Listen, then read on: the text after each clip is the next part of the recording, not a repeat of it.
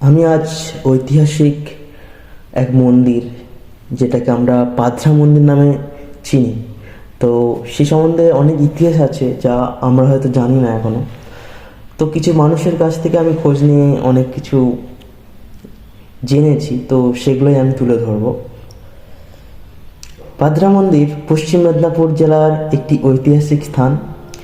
এটি কাঁসাই নদীর তীরে অবস্থিত এবং এখানে বহু প্রাচীন মন্দির রয়েছে। এই মন্দিরগুলির স্থাপত্য ও শিল্পকলার বাংলার মন্দির স্থাপত্যের অনন্য নিদর্শন। পাদরায় বৌদ্ধ সংস্কৃতির বিভিন্ন প্রমাণ পাওয়া গিয়েছে। কাঁসাই নদীর তীরে পাদরার বিপরীতে অতীতের আরেকটি স্মারক জিন শহর। শব্দটি 12 শতকে এখানে বসবাসকারী জৈন ধর্ম এবং ঋষিদের কাছ থেকে শোনা গিয়েছে। জিন শহর মন্দিরগুলো পুরনো এবং মনে হয় এগুলো জৈন মন্দির বা জৈন ধর্ম ও সভ্যতার প্রসারের জন্য নির্মিত হয়েছে। পাদরা ও তার নিকটবর্তী গ্রামগুলির একসময়ে ব্রাহ্মণ্য, জৈন, বৌদ্ধ ধর্মীয় মঠ মন্দির নির্মিত হয়েছিল, যে বিষয়ক কোনো সন্দেহ নেই। ঐতিহাসিকবিদদের মতে পূর্ব পাদরা অম্রলিপ্ত বন্দরের পশ্চাৎভূমি কাজ করত।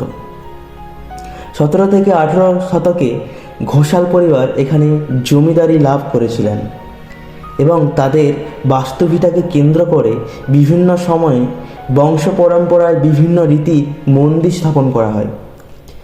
পাদরা মন্দির প্রতিষ্ঠার সঙ্গে বিদ্যানন্দ ঘোষালের নাম জড়িয়ে আছে। 1932 সালে তখন নবাব আলাউদ্দিন খাঁ স্থানীয় রতনচক পরগনার কর আদায়ের দায়িত্ব দিয়েছিলেন বিদ্যানন্দ ঘোষালকে। সেই কর আদায়ের টাকা রাজকোষে জমা না করে বিদ্যানন্দ ঘোষাল পাদরায় একটি টেরাকোটা মন্দির প্রতিষ্ঠা করেছিলেন। শাস্তিরূপ বিদ্যানন্দ ঘোষালকে পাগলা হাতির পায়ের তলায় ফেলে মৃত্যুদণ্ডের আদেশ দেন নবাব আলাউদ্দিন খাঁ, কিন্তু শোনা যায় হাতি তাকে স্পর্শ অবধিও করতে পারেনি।